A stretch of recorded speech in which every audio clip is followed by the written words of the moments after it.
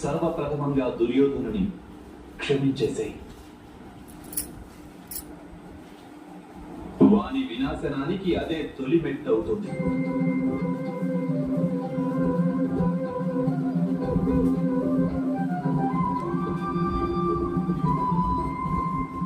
అటు పిమ్మట దుర్యోధనుని వంటి దుష్టులందరినీ నాశనం చేసి ఈ లోకాన్ని ప్రక్షాళనం చేసేందుకు ఉపాయం ఆలోచించు.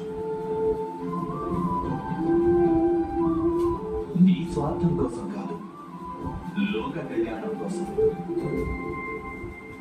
సమాజంలో దుర్బలులైన స్త్రీలు పురుషులను ఉద్ధరించేందుకు యుద్ధం చేయి. పరమార్థం కోసం చేసే యుద్ధంలో అందులో ఎంత హింసాకాండ జరిగినా అది ధర్మయుద్ధమే అనిపించుకుంటుంది.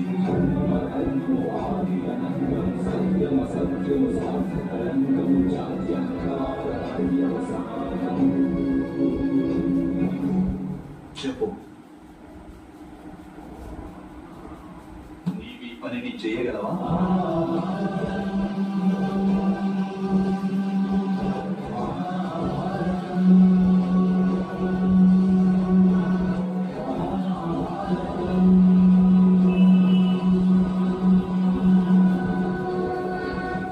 చేస్తాను గోవింద.